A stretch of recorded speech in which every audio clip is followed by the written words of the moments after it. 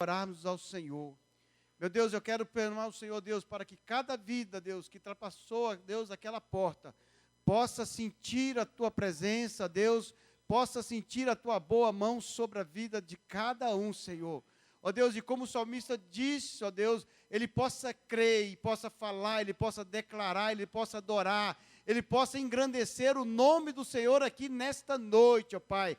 Ainda, Deus, que possa ter com angústia, tristeza, tem cercado, cordéis de morte, como diz o salmista, mas o Senhor é poderoso, o Senhor é soberano, o Senhor é excelso, o Senhor é augusto, o Senhor é aquele que pode nos livrar, Senhor, os nossos pés da queda. Sustenta-nos, ó Deus, com teu poder, com a tua graça, nesta noite, que o teu nome seja louvado, o teu nome seja glorificado. Ó Pai, que a tua igreja não confia em homens, confia no Senhor, e por isso ele possa adorar o Senhor nesta noite, glorificar o nome do Senhor, engrandecer o nome do Senhor, exaltar o nome do Senhor aqui nesta noite. Espírito Santo de Deus, tenha liberdade nesse lugar, Pai, em nome que cada vida que adentrou aqui, possa sentir o teu Espírito fluindo, ó Deus, no teu interior, Pai, no nome de Jesus, possa glorificar o teu nome, exaltar o nome do Senhor, ó Deus, as orações, o louvor, a adoração, a palavra, Senhor, possa vir de encontro às nossas vidas, e nos renovar, e nos restaurar, ó Deus, e nos revigorar, para continuar firme, ó Deus, testemunhando do teu grande amor, Pai. Fala conosco, Deus, dá-nos a tua unção, dá-nos a porção dobrada do teu Espírito aqui nesta noite, Pai. Usa, Deus, o teu servo, Deus, que vai trazer a palavra. Usa com poder e graça, com intrepidez, com ousadia, Senhor, para que o nome do Senhor seja glorificado, o nome do Senhor seja exaltado, Pai. É a nossa oração em nome de Jesus. Amém e amém. Pode se sentar, queridos. Nessa noite nós estamos recebendo o grupo, o irmão Jader e o seu grupo, adorando ao Senhor. Ele trouxe o seu CD, e se você que desejar, está ali a Ellen, acertei agora, né? A Ellen está ali atrás, se você desejar, R$10, abençoa a vida do irmão Jader, tem sido uma bênção, tá? E você que vai participar da campanha 40 dias de oração e jejum, começa amanhã, dia 28, começa amanhã a nossa campanha, 40 dias de oração e de jejum. Então, você vai ler cada dia um devocional, e você vai estar orando, buscando uma renovação para a sua vida, uma renovação espiritual. O objetivo é justamente para que haja essa renovação espiritual na igreja, na convenção, para que o povo de Deus seja renovado.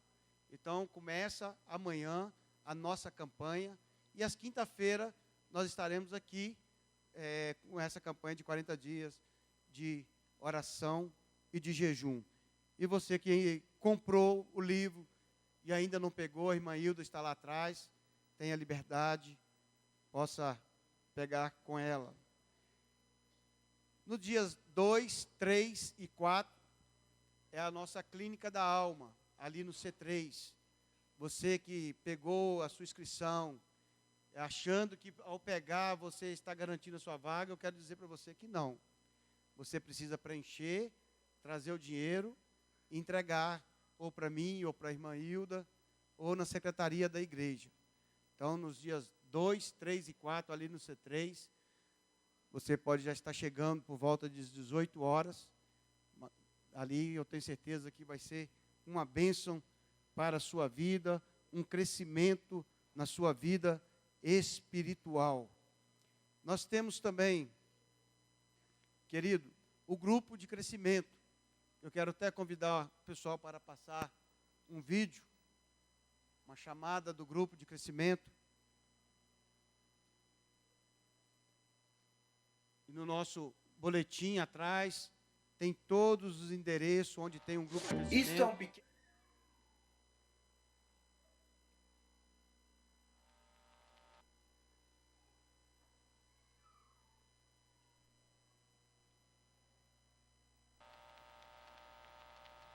Isto é um pequeno grupo. É estarmos juntos com amigos para um café, para estudarmos a palavra de Deus, cuidarmos uns dos outros, conhecermos novas pessoas e principalmente fazermos novos discípulos.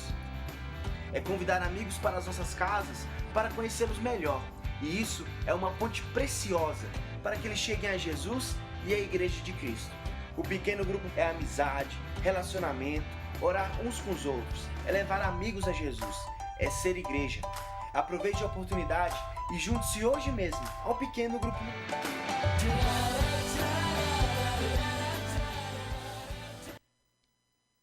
No nosso boletim atrás, queridos, está todo o endereço onde está sendo realizado um grupo de crescimento.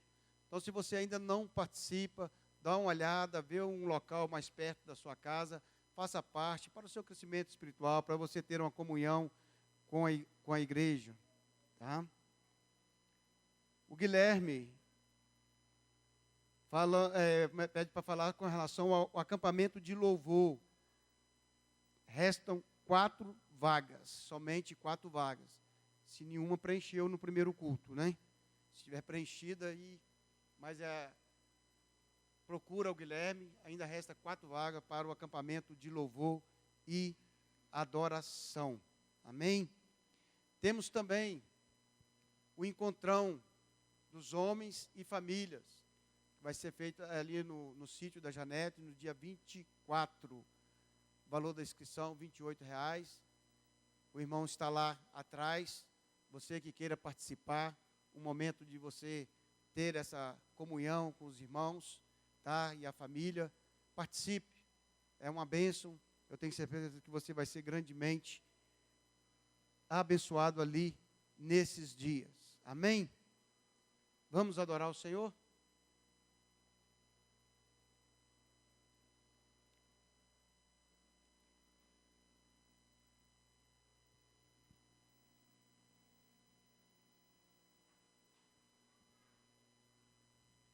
Boa noite, igreja. Graça e paz do Senhor Jesus. Amém. É um prazer para a gente poder estar aqui ministrando e adorando ao Senhor juntamente com os irmãos. Podemos estar entoando louvores que o Senhor tem nos dado, tem feito gerar em nossos corações. O projeto Pelo Caminho, ele surge de uma necessidade de compartilharmos essa mensagem que nós vivemos, este caminho de paz que nós vivemos, que nós andamos, e podermos apresentar isso para outras pessoas.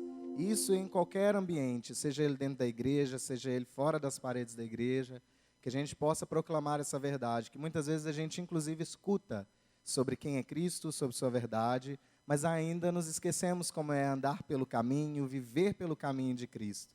Então essa noite nós queremos estar adorando ao Senhor em conjunto com a igreja. Algumas músicas a gente vai estar tentando ensinar, vão estar tentando adorar junto, mas no mais a gente gostaria de estar cantando junto com vocês, adorando junto, músicas que a gente possa elevar ao Senhor. E eu quero te convidar essa noite a gente começar a elevar ao Senhor a nossa oração, nosso clamor, a nossa busca. Vamos começar, continuar este culto. A gente já começou, a gente já chegou neste lugar, a gente já iniciou buscando ao Senhor. Eu quero te convidar a colocar de pé, do jeito que você quiser ficar, e fechar os seus olhos e começar a clamar: Senhor, nessa noite eu quero te encontrar. Eu quero ter o Senhor como meu guia, como a minha luz no meio da noite, aquele que me traz a direção, ilumina o meu caminho, ilumina os meus passos. Ó Deus, traz-nos o direcionamento, traz-nos, Senhor, a Tua verdade, Pai, mesmo em momentos de confusão, mesmo em momentos de distração, que o Senhor seja o nosso foco, mesmo quando nós perdemos nossos referenciais, mesmo quando nossa estrutura é abalada, que nossos olhos foquem em Ti e nós possamos conseguir encontrar novamente nosso norte. Seja o Senhor a nossa bússola, seja o Senhor o nosso caminho. Nós queremos Te encontrar, Senhor, nós queremos Te ver essa noite, Pai. Mesmo quando o sol se põe e o dia se torna noite e as trevas estão ao redor de nós, nós não teremos medo, porque o Senhor é a nossa luz e a nossa salvação e nos guia durante toda a nossa vida. Seja o nosso guia, Senhor, seja o nosso guia. Leve sua oração ao Senhor essa noite. Vem, Vem, Senhor Jesus, nós clamamos, vem, Senhor Jesus. Abre os seus lábios e invoca a presença dele neste lugar.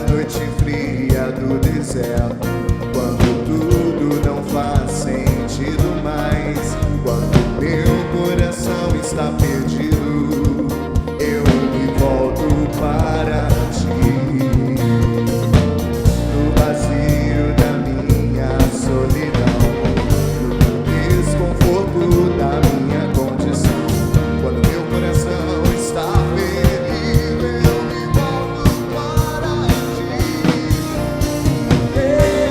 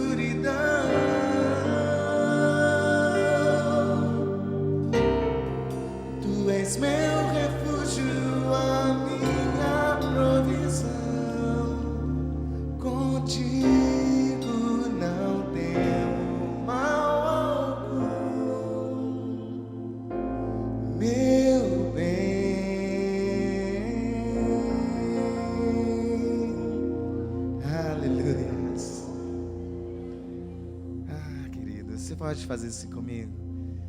Ah, Senhor. Ah, Deus, obrigado por essa esperança que eu posso ter em Ti. Obrigado por esse conforto que eu encontro em Ti. Obrigado pela Tua direção. Obrigado pelo Teu caminho. Obrigado pela Tua paz. E mais do que tudo, obrigado por essa esperança de vida eterna. Nós nos reunimos neste lugar porque nós cremos em um Deus que está acima nos céus e embaixo na terra, e um Deus todo-poderoso que se fez homem e como homem pagou um preço por nós, em nosso lugar. Nós nos reunimos porque temos essa convicção, essa fé, essa certeza de que o Senhor Jesus morreu e ressuscitou, e Ele vivo está. O Senhor vivo está, e por meio da cruz, por meio de Cristo, eu tenho um caminho que me leva aos céus, e eu creio nisso. Você crê? É porque Ele vive que nós estamos aqui, é por causa dEle que nós nos reunimos, que nós nos congregamos, que nós nos arregimentamos e proclamamos essa verdade. Vamos cantar? Porque Ele vive, posso crer no amanhã, porque Ele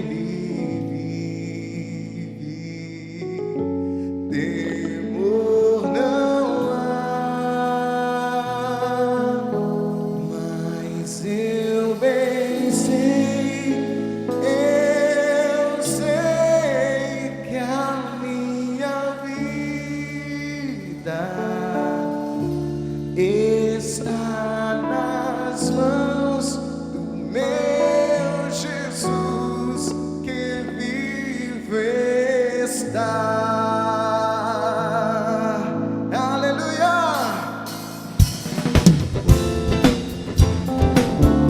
Vamos celebrar essa nova vida, essa eternidade, essa nossa esperança. Vamos cantar com alegria e com toda espontaneidade no nosso coração. Aleluia! Deus enviou seu Filho amado pra nos salvar e perdoar. Na cruz morreu por meus pecados, mas ressurgiu e vivo com o Pai está.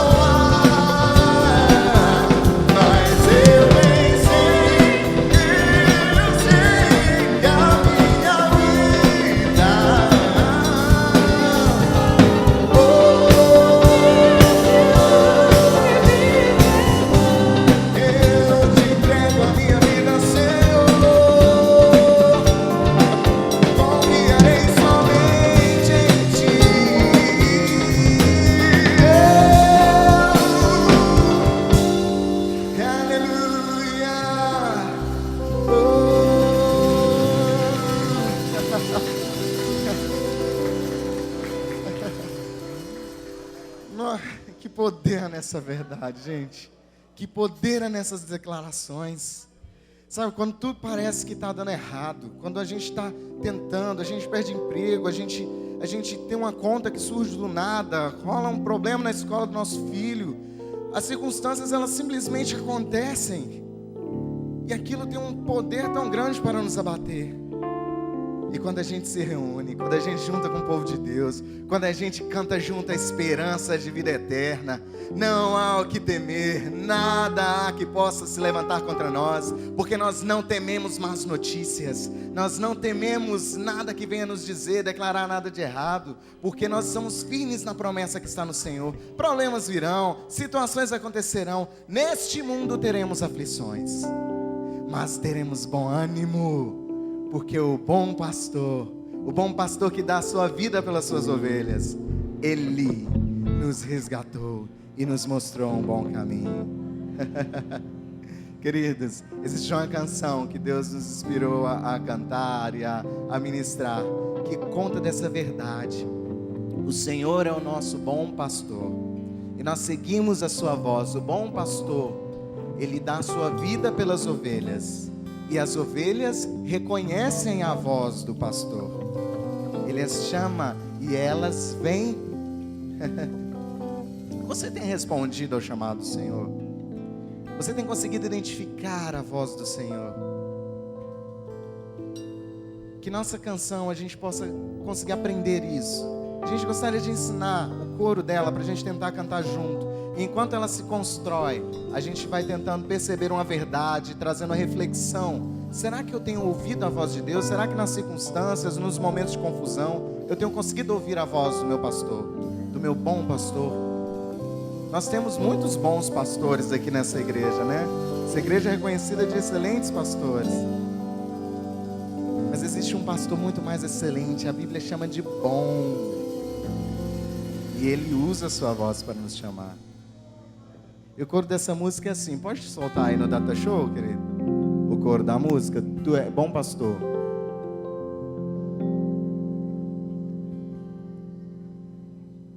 Isso, vai cantar assim, ó.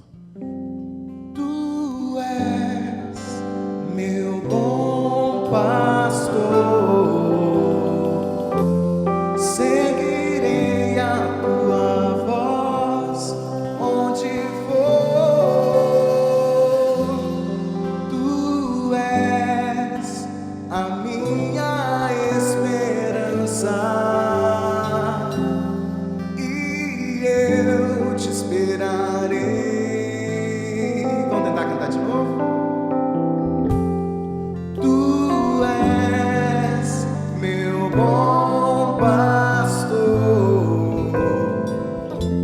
seguirei a tua voz onde for. Tu és a minha esperança e eu te esperarei. Amém.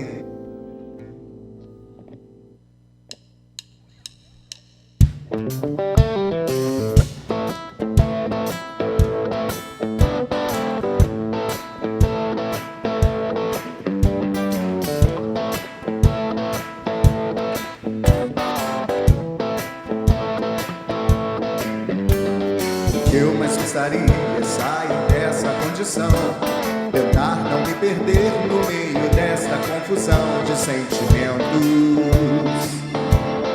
de desorientação. Tentar seguir teus passos rumo a outra direção, andar pelo caminho e não andar na contramão, ouvindo tua voz me guiar neste caminho de paz. E quando eu olho para trás, tudo que eu consigo ver é apenas um par de pegadas no chão. Mas eu sei que se eu olhar para ti, me verei em teu colo. Vamos lá? Tu és meu bom pastor, seguirei a tua voz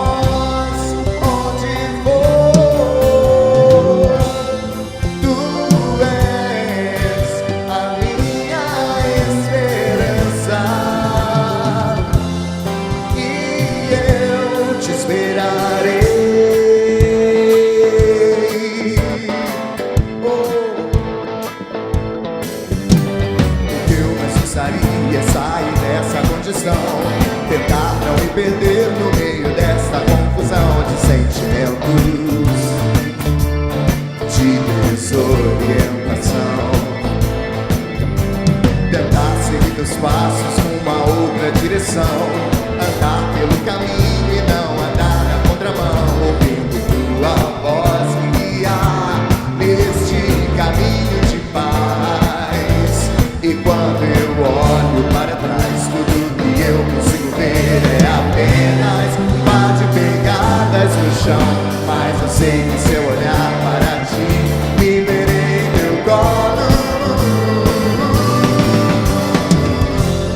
Tu és meu bom pastor, seguirei a tua voz onde for.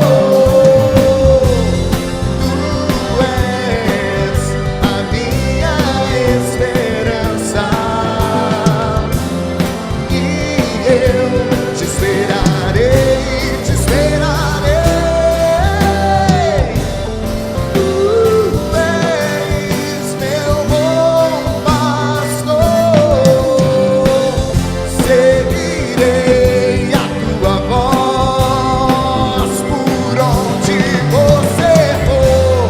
Tu és a minha esperança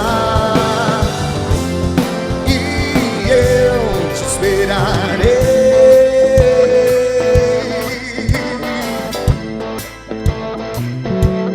Oh, oh, oh, oh.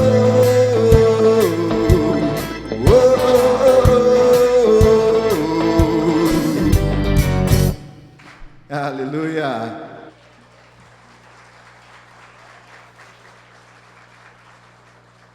E esse bom pastor, em João 14, ele nos diz: não se perturbe o vosso coração. Creiam em Deus e creiam também em mim. Na casa do meu pai existem muitas moradas. Eu vou agora e vou preparar-vos um lugar. E ainda nos dá uma promessa de que voltará. Em Atos, esse bom pastor, com o início da igreja ali reunida, ele disse aos seus discípulos: eu estou indo aos céus, vos deixo um consolador. E a vocês, igreja, eu digo: ide por toda a terra, fazei discípulos de todas as nações. Ali nasce a eclésia, a igreja, os chamados para fora. E o Senhor nos convidou para sermos esse reflexo da sua glória, esse reflexo da sua graça, da sua formosura.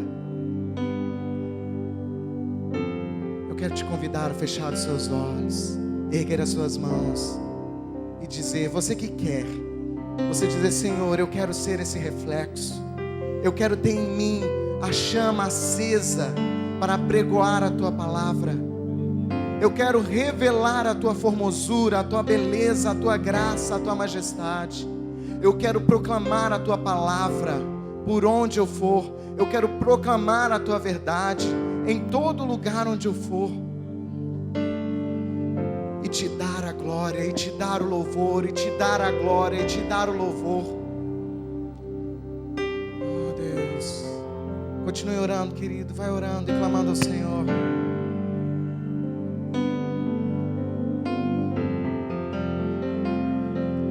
Quero levar tua palavra todo este mundo, mas primeiramente ajude-me a vivê-la. E quando eu a viver, ajuda-me a não buscar louvor, pois o meu louvor é te dar a glória, Senhor. Quero levar tua palavra a todo este mundo, mas primeiro ajude-me a viver lá. E quando eu a viver, ajuda-me a não buscar louvor, pois o meu louvor é te dar a glória, Senhor.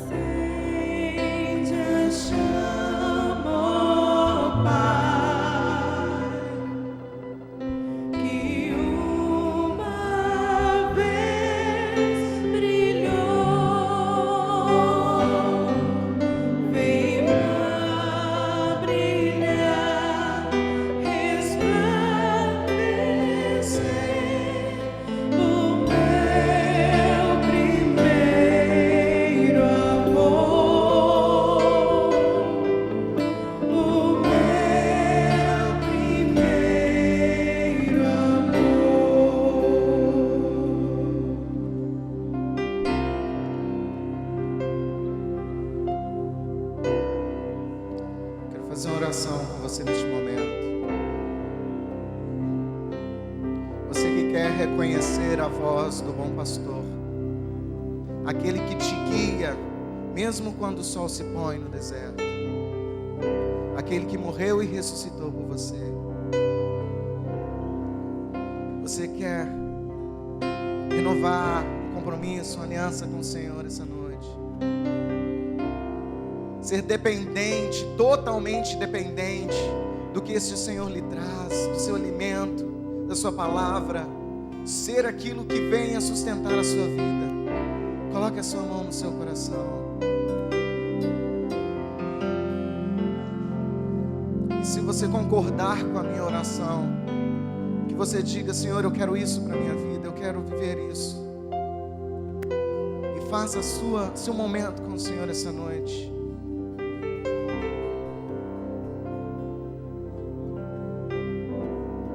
Oh Deus, somos tua igreja aqui reunida, somos o teu povo que clama e ora ao Deus de todo o tempo, ao Deus de todas as eras, ao Senhor eterno sobre todas as coisas. Há tantos anos, Senhor, nos reunimos em cultos, há tantos anos nos congregando, e nessa noite, Senhor, eu quero pedir que o fogo da paixão pelo Senhor, da paixão pelo teu nome, pelo teu evangelho, pela tua palavra, reacenda em meu coração. Eu quero poder, Senhor, acordar todos os dias, buscando a tua vontade, reconhecendo o teu sacrifício na cruz, buscando algo novo em tua palavra, me enchendo o teu espírito. Eu quero ser um papel em que o Senhor escreva a sua carta. Eu quero ser uma carta viva, Senhor, que venha anunciar as virtudes do Rei que me chamou das trevas para a maravilhosa luz. Eu quero poder, onde eu estiver, por onde eu for, em qualquer caminho que eu viva, poder ensinar, poder mostrar uma vida que se vive pelo caminho de paz. Me ajuda, Senhor, a viver a tua palavra, a viver a tua vontade, e que eu possa encontrar, e que eu possa render glória ao Senhor. Que tudo que eu fizer, Senhor, eu possa perceber que não vem de mim, mas vem da tua vontade, vem do Senhor. Que o Senhor seja coroado em nossa geração, que o Senhor seja exaltado. E eu quero ser, Senhor, um instrumento para levar isso. Encha-me do teu espírito, dá-me o teu alimento, fortalece os meus joelhos cansados, firmai as minhas pernas trementes. Releva-me, Senhor, para os lugares, para os caminhos que o Senhor quiser que eu vá, Pai. E sobre a tua igreja, Senhor, eu oro para que haja um renovo, um fogo, um despertar, uma convicção do teu agir em nosso meio, Pai. Faça a tua vontade em nós, Deus. Quero levar tua palavra todo este mundo, mas primeiramente ajude-me a vivê-la. E quando eu a viver, ajuda-me a não buscar louvor, pois o meu louvor é te dar a glória, Senhor.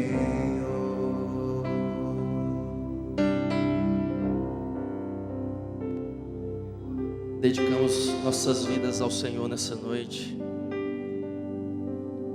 Desejo do nosso coração é te honrar, Senhor, não apenas com as nossas palavras, mas com a nossa vida. Queremos viver para o teu reino, glorificar o teu nome. Pedimos que no restante deste culto, teu Espírito Santo continue se movendo, trabalhando em nossas vidas, em nossos corações. Pedimos que a tua voz seja, Senhor, compreensível a nós nessa noite, que o Teu Espírito Santo possa ministrar aos nossos corações. Nosso coração deseja a Tua presença, temos anseio por Ti. Fala conosco, é a nossa oração no nome de Jesus. Amém. Queridos, graça e paz. Nós gostaríamos de conhecer as pessoas que nos visitam nessa noite, você que nos visita pela primeira ou segunda vez. Queria se colocar de pé, nós gostaríamos de conhecê-los. Amém. Temos aí alguns visitantes. Quero pedir que os irmãos que estão mais próximos possam cumprimentá-los e dizer a esses irmãos o quanto são bem-vindos aqui nessa noite. Que Deus possa abençoá-los grandemente.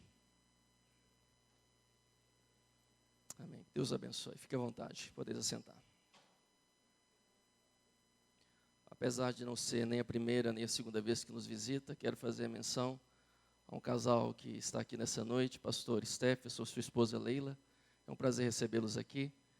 E quero publicamente também dizer o quanto que vocês, enquanto casal, inspiram minha vida a respeito de uma vida realmente dedicada ao reino de Deus. Que Deus possa abençoá-los grandemente. Mesmo assentados, mas com muita reverência à palavra de Deus, quero convidá-los a abrirem suas Bíblias no Evangelho de João, no capítulo 6, a partir do versículo 25. João, capítulo 6, a partir do versículo 25.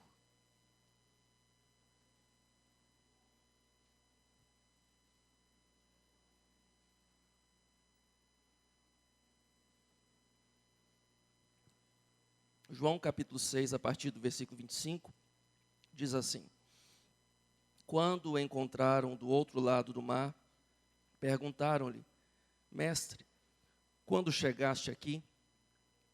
Jesus respondeu: A verdade é que vocês estão me procurando, não porque viram os sinais miraculosos, mas porque comeram os pães e ficaram satisfeitos.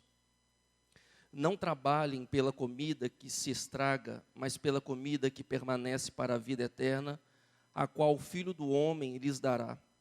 Deus, o Pai, nele colocou o seu selo de aprovação. Então lhe perguntaram: o que precisamos fazer para realizar as obras que Deus requer? Jesus respondeu: a obra de Deus é esta, crer naquele que ele enviou. Então lhe perguntaram: que sinal miraculoso mostrarás para que o vejamos e creiamos em ti? Que farás? Os nossos antepassados comeram o maná do deserto, como está escrito: ele lhes deu a comer o pão dos céus. Que essa palavra que foi lida possa ser aplicada aos nossos corações, que Deus nos abençoe nessa noite. Capítulo 6, primeiro versículo desse evangelho que lemos, diz que algum tempo depois Jesus partiu para a outra margem do mar da Galileia, ou seja, do mar de Tiberíades, e grande multidão continuava a segui-lo, porque vira os sinais miraculosos que ele tinha realizado nos doentes. Durante o ministério de Jesus aqui na terra, sua caminhada, sua trajetória, além dos discípulos que o seguia de perto, uma grande, numerosa multidão sempre seguia Jesus. Como registrado aqui no capítulo 6, multidão que continuava a segui-lo porque vira os sinais miraculosos que ele tinha realizado nos doentes. Se nós analisarmos o comportamento dessas multidões que seguiam a Jesus, nós certamente poderemos tirar lições valiosas para nós que somos hoje essa grande e numerosa multidão que também segue a Cristo. O seu povo, esses chamados para seguirem os seus passos, para fazerem a sua vontade. É bem verdade que em muitas ocasiões essa multidão, ou essas multidões se comportavam de forma errada, equivocada, e isso também nos serve de lição sobre como nós não devemos viver ou como não deve ser o nosso procedimento na nossa relação e na nossa caminhada com Cristo. No Evangelho de Marcos, no capítulo 5, registra a história de Jesus no encontro com Jairo, quando ele pede socorro para sua filha que estava enferma. e naquele mesmo episódio ele se encontra também com a mulher do fluxo de sangue, e diz a palavra de Deus que ao redor de Jesus estava uma grande e numerosa multidão. E aquela multidão, naquele contexto, era uma multidão que dificultava os necessitados chegarem até Jesus, como no caso da mulher que queria tocar nele, mas se via impedido pela sua condição e também pela grande e numerosa multidão que o cercava. Essa multidão apertava e comprimia Jesus. Multidão que, apesar de estar tão próxima dele, não conseguia tocá-lo, como aquela mulher tocou. A mulher que chamou a atenção de Cristo, a mulher que foi notada e percebida por Jesus, apesar da sua condição de miséria, de enfermidade. Essa multidão, inclusive os discípulos, muitas vezes se equivocavam, como também registrado no capítulo 10 de Marcos, quando o cego Bartimeu, ouvindo que Jesus se aproximava, e ele pôde perceber exatamente também pelo barulho que a multidão fazia, anunciando que Jesus estava ali no meio da multidão, Bartimeu clama, pedindo socorro, pedindo ajuda, mas os discípulos, que também faziam parte desses seguidores dessa multidão, pediam para os necessitados se calarem. Ali estava a multidão seguindo Jesus, como também nesse texto que nós lemos. Mas é interessante que, apesar desses erros, Jesus, ele recebe a multidão, ele acolhe a multidão, ele se interessa por ela. Jesus, ao perceber que a multidão tinha fome, ele se compadeceu. E ele se compadeceu exatamente por entender que eles estavam nessa condição de total miséria, de escassez. Eram como ovelhas que não tinham pastor. Pessoas perdidas. Jesus, quando viu que a multidão teve fome, ele rapidamente desafiou os seus discípulos. E eles disseram: mestre, nós não temos como atender esse desafio. Na verdade, mesmo que tivéssemos dinheiro, recursos, não teríamos onde comprar, não seria possível comprar alimento para toda essa multidão. E é quando então é trazida a notícia de que entre eles tinha alguém que possuía alguns pães e alguns peixes, 5 pães e 2 peixes. Jesus então multiplica e toda aquela multidão foi alimentada. Eles ficaram maravilhados com aquele sinal. Rapidamente disseram: realmente este era o profeta prometido. Jesus, entendendo que eles iriam, que o desejo daquela multidão era proclamá-lo como rei, forçá-lo, ele rapidamente se retirou, foi para um lugar deserto e ali ele esteve. Ao chegar à noite, os discípulos de Jesus entraram no barco e atravessaram o mar para o outro lado em direção a Cafarnaum. Jesus não estava com eles e a multidão, essa multidão que seguia Jesus, estava à procura do mestre.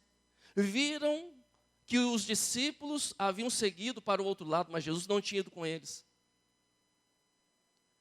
Jesus então, ele se encontra com os discípulos que já no meio do mar tinham já navegado cerca de 5 quilômetros. Jesus se encontra com eles no meio de uma tempestade, o vento estava soprando forte.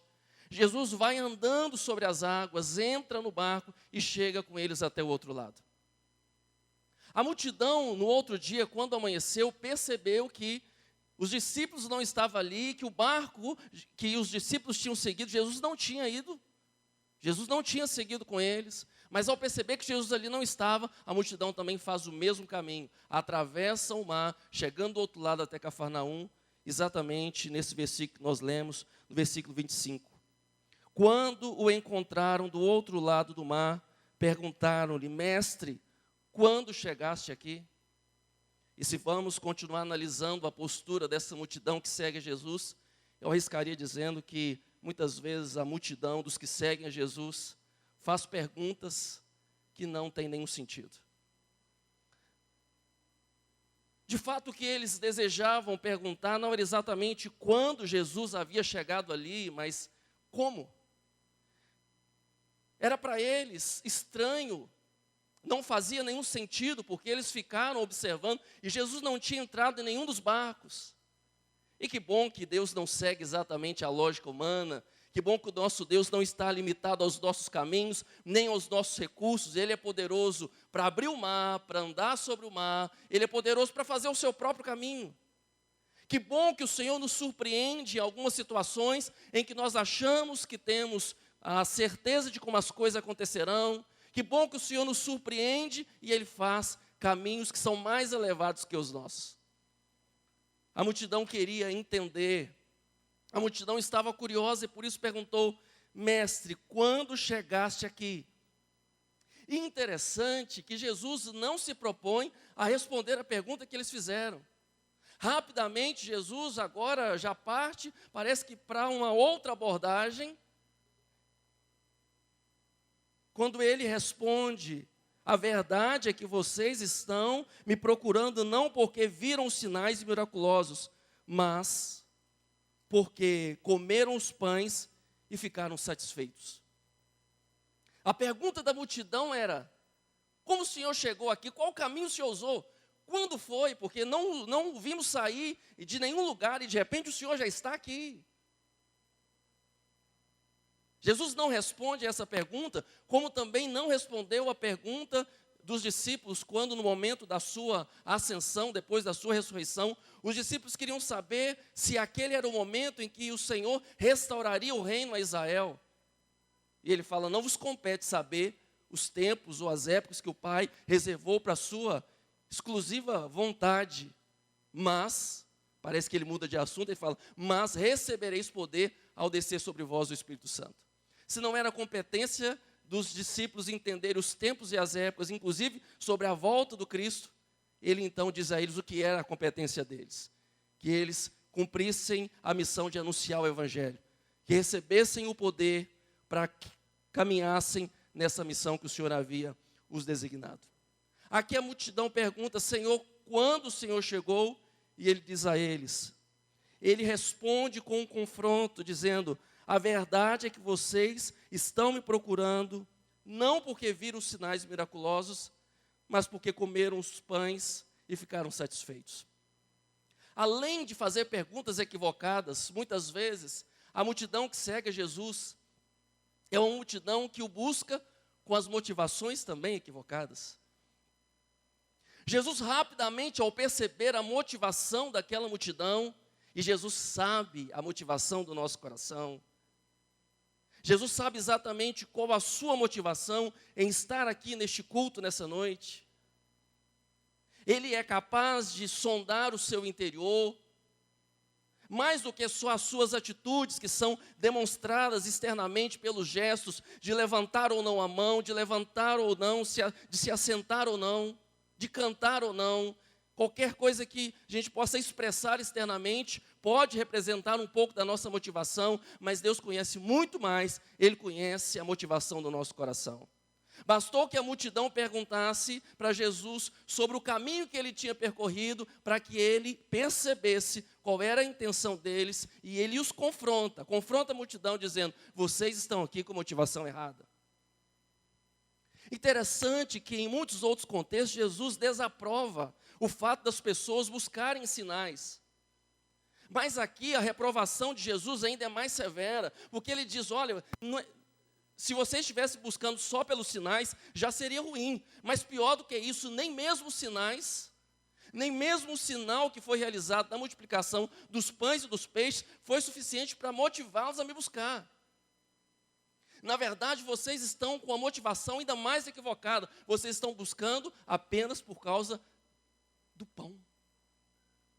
Significa que se a multidão pelo menos tivesse entendido o propósito do sinal, a grandeza daquele sinal realizado por Cristo, se de fato eles tivessem entendido a dimensão do que representava o Cristo ali, multiplicando os pães e os peixes, o sinal de que o reino de Deus é o reino onde há fartura, onde as pessoas são saciadas, as pessoas podem ser alimentadas, se eles tivessem entendido isso, se não tivesse apenas olhado para o sinal como uma forma de satisfazer as suas necessidades, mas tivessem entendido a revelação do próprio Cristo, como teriam sido abençoados. Certo dia os discípulos de João foram até Jesus, enviados por João, e perguntaram: tu és aquele que estava por vir ou devemos ainda aguardar outro? Devemos ainda esperar por outro? Jesus naquele momento realiza ali muitos sinais, muitos milagres, e ele manda a resposta: vão até João e diga a ele que vocês estão vindo, vocês estão ouvindo e vendo. vocês estão tendo a oportunidade de perceber aqui a manifestação clara do reino de Deus que é chegado até vós. O reino de Deus que se manifestou através de Cristo veio com muitos sinais, sinais claros de que Deus estava de fato com Cristo, que Ele tinha autoridade para realizar o seu ministério aqui neste mundo. Mas a multidão não havia compreendido a grandeza dos sinais que o Senhor estava realizando, apenas estavam interessados nos pães. Jesus falou: vocês me procuram porque comeram dos pães e dos peixes e ficaram satisfeitos. Me pergunto, irmão, se nós também não somos uma multidão que hoje se satisfaz com coisas muito pequenas. Uma multidão que busca a Cristo não pelo propósito que de fato Cristo veio a este mundo, nos resgatar e nos chamar para ser o seu povo. Será que nós não somos também uma multidão que se satisfaz somente com as coisas materiais? Porque se somos, estamos totalmente equivocados. O apóstolo Paulo diz que se a nossa motivação, se a nossa alegria, se a nossa esperança se resume apenas às coisas deste mundo, nós somos os mais miseráveis de todos os homens. Se achamos que o prazer ou que o grande sucesso da vida cristã, estamos em vir em um culto, cantarmos, participarmos do momento aqui, do culto coletivo, e saímos aqui com a garantia de algum tipo de vitória, de algum tipo de prosperidade, algum tipo de resposta para algum grande problema, mas que ainda assim só se resume às coisas deste mundo, nós somos os mais miseráveis de todos os homens. A mensagem do Evangelho nos convida a pensar em um propósito que vai muito mais além do que só as nossas necessidades materiais, e não que o Senhor não reconheça as nossas necessidades. Jesus mesmo cuidou da necessidade da multidão. Jesus falou que o Pai Celeste conhece todas as nossas necessidades. Ele sabe que precisamos do alimento, Ele sabe que precisamos da roupa para vestir, Ele sabe que precisamos de segurança, de proteção, mas buscá-lo apenas por causa dessas coisas é pequeno. É satisfazer-se com pouco. E eu fico pensando se essa grande multidão que tem enchido as igrejas, os templos, essa grande multidão que tem participado de eventos, de campanhas, de todo o movimento que nós percebemos hoje, se não é uma multidão que está se contentando, uma multidão que na verdade se realiza e se sente satisfeita com pouco. Uma multidão que se satisfaz com um evangelho que não é evangelho. O apóstolo Paulo, escrevendo aos cristãos da Galácia, ele diz: muito me admira que tão rapidamente vocês tenham passado deste evangelho para um outro. E, na verdade, a admiração de Paulo não era uma admiração positiva, não era uma boa admiração. Ele estava exatamente repreendendo os cristãos porque estavam seguindo um caminho que os distanciava do evangelho da graça, do evangelho genuíno, o evangelho da cruz, o evangelho sem rudimentos, o evangelho que não exigia das pessoas cumprimento de nenhum ritual, mas a compreensão do sacrifício que Cristo tinha realizado ali. E Paulo é severo, ele é firme em dizer: olha, mesmo que alguém apareça, que venha um anjo dos céus e anuncie a vocês um outro evangelho, vocês recusem. Mas nos nossos dias, as pessoas estão se contentando com aquilo que não é verdadeiro. As pessoas estão se contentando com o evangelho da teologia da prosperidade, que lhes garante muitas vitórias aqui nessa terra, e somente aqui, nenhuma mudança, nenhuma transformação. Pessoas que vivem anos após anos na igreja, sem nenhuma mudança de caráter, sem nenhuma transformação na família, mas se acomodam pelo simples fato de hora ou outra estarem recebendo algum tipo de bênção material e alguma bênção terrena.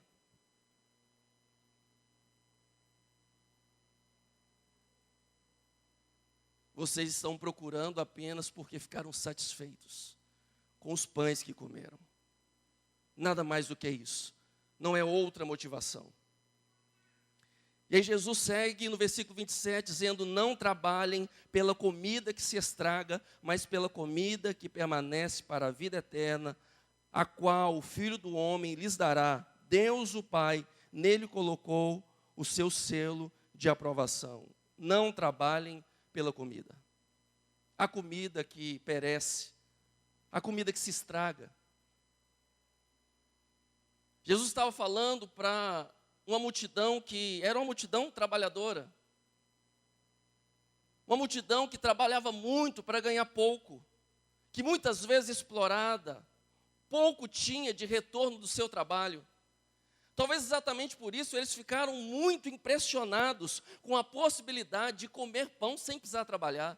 Olha, e eu imagino que se tivesse oportunidade para alguns aqui, ninguém ia recusar. Claro que melhor seria se esse pão não fosse só o pão, nem só peixe, viesse também uma cesta completa, uma compra completa, com direito a picanha e tudo mais. E essa multidão via aqui uma possibilidade de viver uma vida muito confortável, sem precisar trabalhar. E Jesus falou, olha, não façam isso. Vocês estão acostumados ao trabalho árduo para comer o pão de vocês. Mas eu digo para vocês que vocês devem trabalhar sim, mas não só por essa comida terrena. Não só pelas necessidades dessa vida, mas por aquilo que vai para a vida eterna.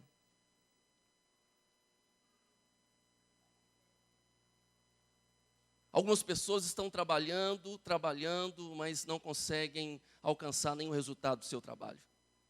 Talvez trabalham como aquela mulher samaritana que fazia o mesmo percurso todos os dias, debaixo do sol escaldante, buscando água no poço. E ela mesma reconhece o quanto que era difícil aquela rotina, aquela árdua rotina de todos os dias ir até o poço buscar água, mas ela não via resultado naquilo.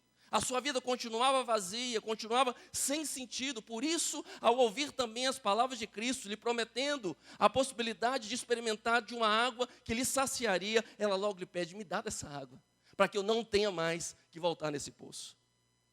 Mas ainda, nessa história da mulher, o mesmo equívoco de não entendermos as coisas espirituais e queremos apenas solução para as coisas dessa vida. Às vezes o que nós não queremos é fazer somente aquela rotina, o caminho que percorremos, o caminho sem sentido.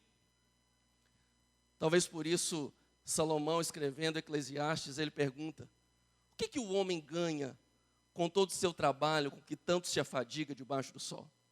O que o homem ganha? E talvez alguns estão muito satisfeitos com o seu salário, com o salário que está recebendo, com a sua remuneração, mas o questionamento que Salomão faz, ele lança essa dúvida sobre qual o sentido da vida. Porque será que é apenas o retorno que temos imediato do nosso esforço, será que isso traz sentido para nós? Porque ele fala que de tudo que ele experimentou, e não foram poucas as experiências, foram muitas as realizações do sábio Salomão. Ele trabalhou muito, edificou muito, conquistou muito, alcançou altos patamares, mas ele diz que a conclusão que ele tinha, que tudo isso era fútil, era vazio, era correr atrás do vento. Pessoas que só trabalham para essa vida, são pessoas que estão investindo em coisas que às vezes são fúteis. Pessoas que simplesmente correm atrás do vento e nada alcançam. Jesus diz, trabalhem, busquem o alimento que vai para a vida eterna. Imaginemos você que tem a sua rotina de trabalho. Por exemplo, a triste rotina das mulheres, das donas de casa. O próprio Salomão diz que parece que tudo é um ciclo, uma grande repetição. O sol nasce, o sol se põe, as águas dos rios correm para o mar, mas o mar não se enche, parece que ele nunca está satisfeito. A rotina da vida é sempre a mesma. Aquela pia de vasilha que você lavou na hora do almoço, daqui a pouco ela vai estar cheia de novo. E amanhã de manhã vai ter mais, na hora do almoço tem mais e à noite mais. Mas nós temos essa rotina, e se você não é dona de casa e consegue manter só uma carga de trabalho determinada, definida por uma carga horária fixa, ou seja, você é grande, você é privilegiado, você é feliz nisso, mas imaginemos que na melhor das hipóteses você tem uma carga horária de 4 horas por dia, de 6 horas, ou de 8 horas de trabalho por dia. O seu trabalho é importante, eu não estou desmerecendo o seu esforço, isso é algo valoroso, é algo que tem sentido, mas, possivelmente, todo esse investimento tem a ver só com os alimentos, com o investimento das coisas aqui dessa terra. A pergunta é: será que nós temos a mesma disposição de investir, se não a mesma quantidade de horas, o mesmo empenho, o mesmo esforço em trabalhar pelo alimento espiritual? Será que as mesmas horas que você consegue gastar no seu trabalho, 8, 12 horas, será que a mesma disposição que você tem para ser o melhor funcionário, será que a mesma disposição que você tem, que você busca em ser reconhecido como o melhor empresário, você teria essa mesma disposição em dedicar também, em trabalhar pelas coisas espirituais? Talvez não, porque a fome espiritual ela é real, mas nós muitas vezes a negligenciamos. A fome de Deus existe, mas às vezes nós negociamos ou tentamos camuflar isso, nos enchendo, nos satisfazendo de outras coisas que não nos preenchem. A mulher samaritana, a sua fome era grande, e ela tentou preencher isso através dos amores, dos relacionamentos. Muitos casamentos ela teve, mas nenhum deles foi suficiente para preencher de fato a sua vida. Jesus fala: não trabalhem pela comida que estraga, mas pela comida que permanece para a vida eterna.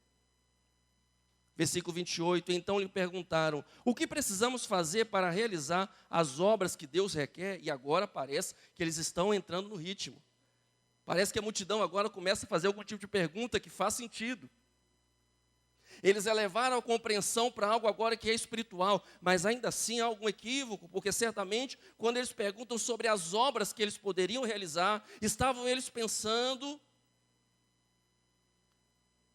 nas muitas propostas trazidas pela lei sobre como alcançar a justiça. Talvez aqui estivesse ainda pensando sobre a possibilidade de alcançar a justiça própria pelo próprio esforço. E aí Jesus responde com algo que parece simplificar, porque ele responde no singular, ele não fala de obras, mas ele fala de a obra. Jesus respondeu: a obra de Deus é esta, crer naquele que ele enviou. Por mais simples que isso pareça, isso é muito desafiador, porque o que Cristo está dizendo aqui é sobre a necessidade de crerem nele como Filho de Deus. O Filho de Deus pré-existente, que se encarnou, que veio a este mundo, que foi enviado pelo Pai. A autoridade que estabelece um reino, que agora nos convida, nos desafia para viver voltados não apenas para as coisas deste mundo, mas olharmos para as coisas do céu, nos arrependermos, porque é chegado a nós o reino de Deus. Jesus disse: a obra de Deus é esta, crer naquele que ele enviou. Apesar da disposição de caminhar, de seguir a Cristo, apesar do interesse pelos milagres, essa multidão não tinha disposição de reconhecer a Jesus Cristo como Messias. Ou se tinham a expectativa do Messias apenas para que resolvesse suas questões políticas e sociais, não que de fato os transformasse e os chamasse agora para uma nova perspectiva. Jesus fala que a obra de Deus, fazer a obra de Deus é crer naquele que ele enviou. Não pense que isso é pouco, isso é muito. Crer que Jesus Cristo é de fato o Filho de Deus é o centro. Crer que ele é o único caminho para a salvação é o centro e a base de tudo.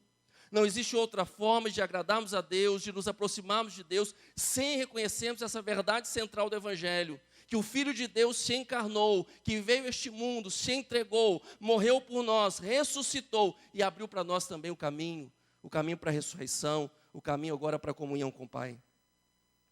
Versículo 30, então lhe perguntaram: que sinal miraculoso mostrarás para que o vejamos e creiamos em ti? Essa multidão, além de às vezes fazer perguntas equivocadas, de buscar a Jesus com as motivações erradas, de ser uma multidão que ainda não compreende a dimensão das coisas espirituais, essa é uma multidão que ainda precisa de muitos sinais miraculosos para crer em Deus. Perguntaram: que sinal? Que prova? E eles sugerem exatamente que Jesus continuasse multiplicando para eles o pão todos os dias, para que eles não mesmo precisassem trabalhar, porque no deserto os pais foram alimentados durante 40 anos com o maná que Deus mandou do céu. E eles pedem a Jesus: Jesus, Nos alimenta, então, com esse ponto do dia. Qual o sinal que o Senhor pode nos dar? Hoje pela manhã, na escola dominical, eu estava partilhando com alguns irmãos sobre algumas experiências de provisão de Deus na minha vida. Isso tinha a ver com o contexto que nós estávamos trabalhando. E me lembro de uma ocasião, quando estava ainda em Belo Horizonte, na Jami, 2011, eu tive um problema no olho direito, descolamento da retina. E logo que eu comecei o tratamento, eu tive também a alegria de descobrir que alguns dos exames que eu estava realizando não eram cobertos pelo plano de saúde. A gente descobre essas coisas quando a gente começa a usar o plano, né? E o médico solicitou uma avaliação, eu fiz um desses exames. Quando eu levei o resultado para ele, ele não ficou nada satisfeito, disse, olha, você não está tendo melhoras, pelo contrário, nós vamos precisar repetir esse exame. O exame que o plano não cobria. Quando eu passei na recepção para verificar com a atendente, para agendar o próximo exame, ela me disse assim, olha, você sabe que esse exame não é coberto pelo plano? Eu falei, sim, eu já fiz ele outra vez. Aí ela falou, pois bem, eu vou conversar com o médico. Ela foi e voltou, olha, como você está repetindo um prazo muito curto, o médico não vai te cobrar o serviço dele, vai cobrar só as taxas hospitalares. O exame era R$500, ele deu o desconto da parte dele, eu ia pagar R$300 do exame. Falei, tá muito bom. Marcou então, e eu não tinha até aquele momento dinheiro, mas teria que arrumar, era essencial que eu fizesse o exame. E eu fui para casa. Quando eu cheguei em casa, parecido com a experiência que eu contei hoje de manhã, eu estava fazendo a verificação dos meus e-mails e tinha um contato de uma pessoa daqui de Patinga, que não é membro da igreja, mas que mantinha contato comigo quando eu estava em Belo Horizonte. E ela falou comigo assim, pastor, Deus incomodou muito meu coração para te mandar uma oferta. E essa oferta está aí na sua conta. Eu acessei na internet mesmo, naquele momento, a conta, acessei a conta do banco e tinha lá um depósito de R$300. Alguém pode falar assim, mas isso é só coincidência. Para mim, aquilo teve um sentido muito especial. O sentido daquilo é que não é que Deus estava me compensando, ou que Deus tinha alguma dívida comigo por eu estar doente, porque não é o fato de sermos cristãos, de eu ser um pastor, que eu estaria isento a algum sofrimento. Nós enfrentamos sofrimentos, enfermidades. Deus não estava me devendo nada. Isso não era uma condição para que eu tivesse fé em Deus ou amasse a Deus, mas eu vi através daqueles R$300 depositados, Deus está dizendo assim, estou junto com você nesse processo aí. De fato, eu não vou te livrar disso, mas nós estamos juntos nesse processo. Era um sinal de Deus. E esse não foi o único sinal de Deus na minha vida. Outros já aconteceram, como acredito que já aconteceu na sua vida também. Algo que de repente surpreendeu, você olhou, você de repente percebeu assim, o cuidado de Deus com uma coisa que você nem imaginava que Deus estava percebendo. Talvez uma manifestação de Deus em alguma situação que te surpreendeu, te fez pensar assim, de fato Deus está me enxergando aqui nessa situação. Eu tenho experiências assim, de coisas extraordinárias. Coisas que são inquestionáveis no sentido de percebermos Deus agindo. Mas, de verdade, a maior parte dos meus dias não são extraordinários. São ordinários. São dias comuns. Dias que nós não estamos vendo nada de sobrenatural como a gente gostaria de ver, como se indicasse que Deus está nos amando. E tem gente vivendo na dependência de todos os dias receber de Deus algum sinal de que Ele existe. Algumas pessoas, para ainda se manterem de pé e ter alguma fé, estão na expectativa de que Deus faça alguma coisa que lhe prove o amor. A maior prova Ele já nos deu. Deus provou o seu amor para conosco quando enviou Jesus Cristo para morrer no nosso lugar, quando éramos ainda pecadores. A cruz é o maior sinal. A cruz de Cristo é o maior sinal do seu amor, da sua misericórdia. E a cruz, de fato, é algo maravilhoso, porque ali nós temos a manifestação da justiça de Deus, Deus cobrando a dívida, mas ali temos também a manifestação do seu amor, quando Ele mesmo paga a dívida por nós. Este é o sinal que você precisa. Que sinal miraculoso mostrarás para que vejamos e creiamos em Ti? Que farás? Ele já fez. E se Ele fizer alguma outra coisa a mais, pode ser bom, pode agregar alguma coisa, mas não espere algo maior do que o que Ele já executou na cruz pela sua vida. Ele já demonstrou, você já é amado por Deus. Mas parece que essa multidão não estava disposta ao confronto, esses discípulos não queriam ser confrontados quanto às suas motivações. Alguns acharam que era equivocado demais essa afirmação de Jesus dizer que ele era o próprio Filho, o Filho de Deus que tinha encarnado. Muitos acharam que era equivocada essa posição dele, de dizer que ele era o pão vivo, de se identificar como o pão vivo que desceu do céu. Disseram, mas não é este o que nós vimos aqui, que nasceu aqui, numa cidadezinha comum, não é esse o filho do carpinteiro, como ele está dizendo que desceu dos céus? Jesus começa então a confrontar a motivação das pessoas. Alguns dizem que o discurso era duro demais.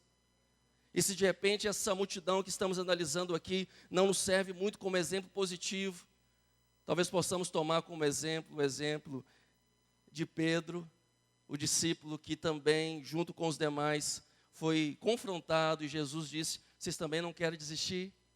Vocês também não querem abandonar como os outros estão fazendo? Vocês não querem retroceder? E aí Pedro responde aquela resposta que nos inspira quando ele diz, Senhor, para onde iremos nós? Se só Tu tens palavras de vida eterna. Algumas pessoas estão fazendo um caminho diferente, estão desistindo, estão abandonando a caminhada, porque na verdade não têm expectativa em relação à palavra de vida eterna. Querem qualquer outra palavra. Querem uma palavra de motivação, querem uma palavra que os levante, querem uma palavra que mexa com o emocional, com o ego, querem uma palavra que os coloque numa situação muito confortável neste mundo, mas são poucos que de fato desejam, como Pedro, permanecer em Cristo, porque só Ele tem palavras de vida eterna. Eu não sei o que você veio buscar aqui nessa noite, de fato não posso medir a sua motivação, mas está aqui aquele que pode. O Espírito Santo que pode sondar os nossos corações, pode sondar também o seu coração e Ele pode medir as suas motivações. Talvez você, como qualquer pessoa comum, tenha tantos desafios e tantas necessidades e não ver outra possibilidade a não ser em Deus dessas coisas serem resolvidas, solucionadas. E eu não quero de forma alguma diminuir a sua esperança de que Deus possa te socorrer nas suas necessidades. Ele pode. Eu não quero hipótese alguma te desmotivar a orar, a colocar diante de Deus os seus problemas, porque Paulo nos incentiva a isso, dizendo que nós devemos fazer de Deus conhecidas todas as nossas necessidades, através de súplicas e ações de graça. Deus está interessado na sua vida. Deus está interessado naquilo que você necessita. Mas o que você precisa também entender é que, hora ou outra, e sempre que necessário, Ele irá confrontar as suas motivações, sempre que as suas motivações estiverem erradas, e sempre que você estiver buscando aquilo que não pode, de fato, alimentar a sua vida. O Senhor vai sempre nos confrontar quando estivermos perdendo o foco e a direção, e quando estivermos fazendo uma caminhada sem sentido, uma caminhada onde nós o buscamos apenas por interesses das coisas dessa vida. Você pode partilhar com Deus todas as suas necessidades, mas bom será se tivermos uma fome que não seja só uma fome física, mas uma fome espiritual. Bom será se formos um povo que de fato deseja a comunhão com Deus mais do que tudo. Bom será se tivermos tempo para buscar todas as coisas, trabalharmos muito. Bom será se nós investirmos neste mundo para prosperarmos, alcançarmos novas posições, sem jamais deixar de desejar intimamente comunhão e relacionamento com o Senhor. É disso que a sua alma precisa. É disso que de fato você precisa. Você precisa do pão vivo que desceu dos céus. Esse pão é Cristo. Ele é alimento para a nossa vida. É sentido para a nossa alma. É o que faz a nossa vida ter verdadeiro sentido. É Ele que faz com que o nosso trabalho não seja em vão. É Ele que faz com que a nossa caminhada aqui seja uma caminhada de sentido. Porque nós não estamos com esperança apenas nas coisas deste mundo. A nossa esperança também está nas coisas que estão por vir. A nossa esperança está no fato de que o nosso Cristo está vivo. E porque Ele vive, nós podemos crer no amanhã. Nós temos esperança de um amanhã. Por isso vamos vivendo esse mundo, mesmo que seja nas dificuldades, mas totalmente confiados de que Ele tem o que realmente precisamos. Feche os seus olhos neste momento. Feche os seus olhos. Coloque na balança as suas motivações. Tenha coragem de assumir para você e para Deus o que te motivou a vir aqui a este culto e que tem te motivado também na sua caminhada.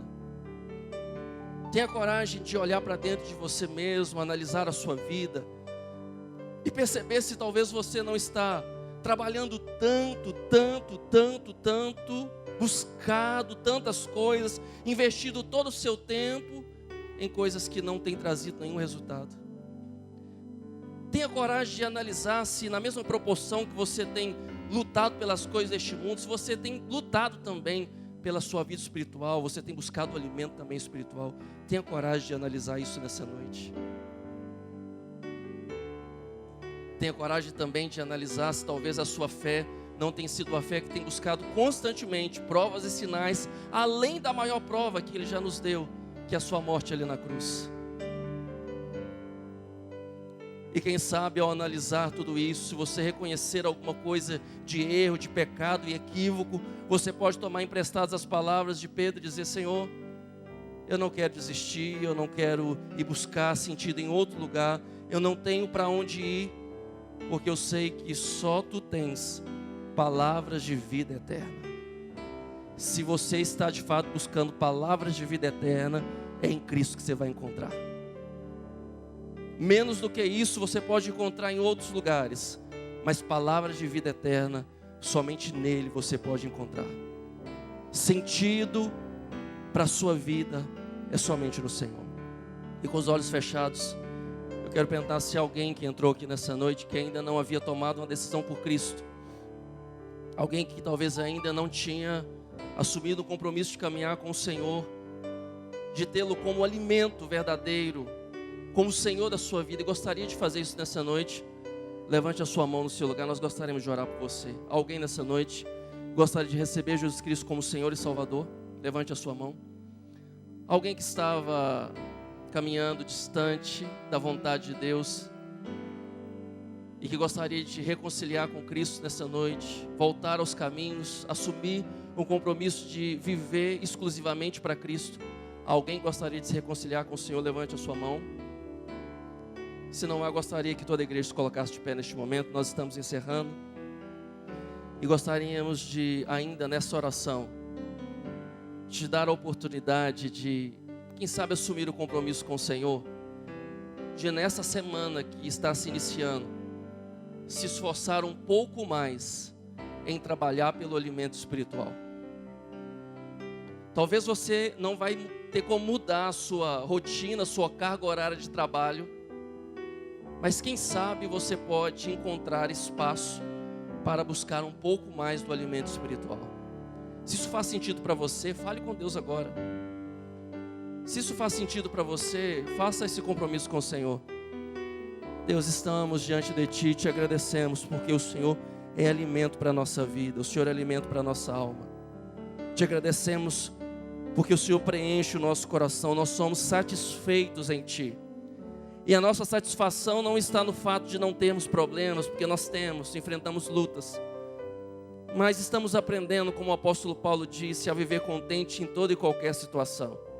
A nossa maior satisfação é saber que temos comunhão contigo, que nós tivemos um relacionamento que foi reatado com o Senhor, ó Pai, através do sacrifício de Jesus. Isso nos satisfaz, isso nos preenche, isso nos alegra, isso nos motiva. Pedimos que nessa semana que se inicia, o Senhor nos ajude, Pai, a buscarmos mais de Ti, a trabalharmos mais pelo alimento espiritual. O Senhor já consumou, Jesus, a Tua obra ali na cruz, e não precisamos fazer nada a respeito disso. Mas em resposta ao que Tu fizeste, nós queremos dedicar a nossa vida e nos consagrar ao Senhor. Ajuda-nos, abençoa-nos, abençoa a Tua igreja nesse desafio. Abençoe a cada um, cada família aqui representada nessa semana. Que o Senhor possa nos dar direção, motivação, ardor, fome por Ti, desejo intenso de melhorar o nosso relacionamento com o Senhor. Queremos nos aproximar da tua vontade, Pai. Igreja, que a graça gloriosa do Senhor Jesus, que o amor de Deus, o nosso Pai, que é a comunhão e as doces consolações do Espírito Santo de Deus, seja sobre a sua vida hoje e para todo sempre. Amém. Que o Senhor te abençoe. Vai na paz de Cristo. Que o Senhor te dê uma semana de vitória. Ali atrás estão os pastores para te cumprimentar. Leve para sua casa o boletim informativo da semana. Que o Senhor te abençoe no nome de Jesus. Mais uma vez agradecemos ao Jada, a sua equipe, pessoal, pelo caminho, no caminho, sempre.